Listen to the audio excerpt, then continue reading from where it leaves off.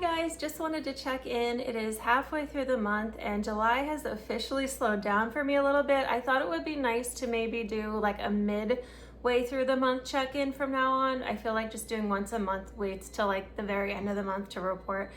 And usually by halfway through the month, I kind of have an idea of how things are going. Although last month it felt really slow in the middle of June, and then the last like week and a half, things really came together. One of the problems with art that I did not think about is that there's no pressing need for it. So it's not something that really converts that great on Etsy, which I did not know.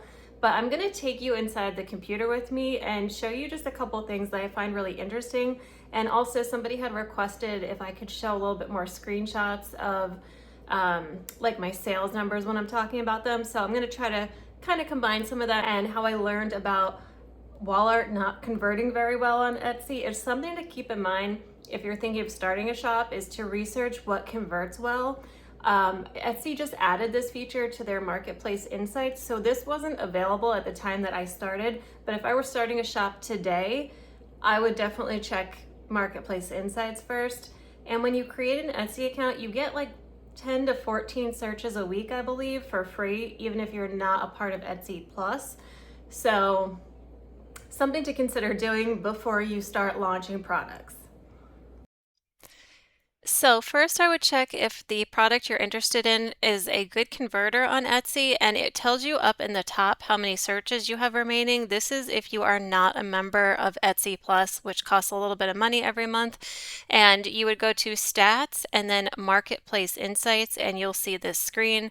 And then I think it's every week you get 15 new searches. So let's think about something to search here. Okay, I just put the word journal in and see it says right here, very low conversion rate. That is the same thing that happened to me when I searched for art. This is what wall art looks like, and you can see because I've done 2 searches, now I only have 13 remaining. You can also change this. I just scrolled down a little bit. I can't show everything on the screen. This is a test account, so it's not really my main account, but in case I ever use it, I don't want to show too much of the screen. But anyhow, when you scroll down, you can see there's these different options for 7-day average or not. If you don't have that turned on, then I believe it just shows you the last 30 days, but you can change it to different time periods. You only get these 3 options. 12 months is probably best if something is more evergreen. So maybe just generic wall art is good to see. Okay, well, you know what? That explains right there why July has been rough for me, right? I did not even notice this before. This is the first time I'm looking at it, but you can see that wall art really drops off the cliff here in July. So I actually feel a lot better now that I am seeing that. Scrolling down a little bit more, it also will give you some other searches. It isn't really the best. It's not quite as good as like a Google keyword planner, but it will give you some similar searches. It tells you here, you know, the conversion rate for every single one of these terms is very low. I was like, oh, that is the problem I've run into is I went into a product that doesn't convert very well. And, you know, it does have a lot of searches every month. So even something that is very low converting is ultimately going to have a fair number of sales overall because it's getting searched so many times.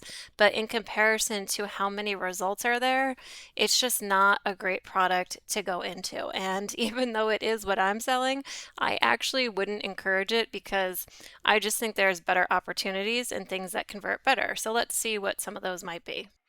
I just tried something physical product related. So I tried a more descriptive type of earring, but even that one says very low. But if I scroll down, it actually shows some of these are just low, which is still better than very low. But I'm going to try a couple more, though keep in mind I'm going to run out of searches soon. Okay, so I tried surgery gift thinking that would be higher because when somebody has surgery, you need a gift like right away. You can't really wait a year to get them a gift, right? So I kind of thought it would be higher, but it's not. But some of these other ones are. So check out thinking of you gift and get well gift, get well soon gift. It's kind of the same thing. But even sympathy gift says typical, which is going to be higher than low. So I would definitely look into something more like this. Let's see, there's also This is very sad, but chemo care package, medical student gift is very low. Healing crystal.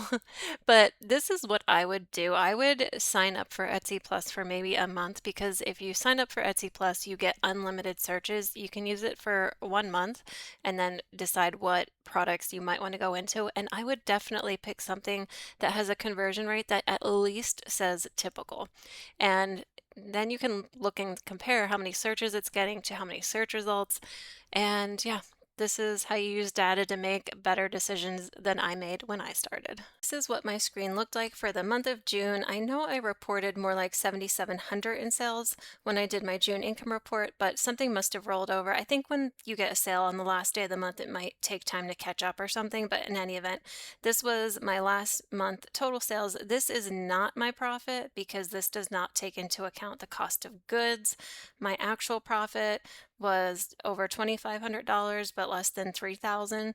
Again, the exact numbers are in a video I posted that says June income report.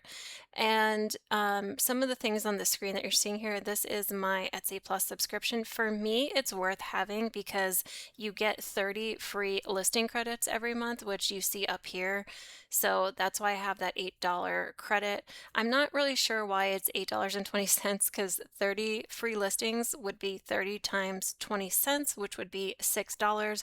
But you do get, I believe, $2 in advertising fee credits. So that would make it the extra $2, which would take it from 6 to 8. I'm still not sure where the extra 20 cents is coming from, but I'm not going to question that. These credits are just because I refunded somebody. And when you refund somebody, you get the transaction fees back. So that's what those are. Share and save is if you use your share and save link. So if you post anything on social media or you send a link directly to your friends and family, you get part of the refund back for Etsy fees. So as you can see here, I'm not getting a lot from posting on social media or, promoting traffic or anything like that. This is really truly just coming from Etsy. So, what else? I guess that's pretty much all I wanted to show you guys.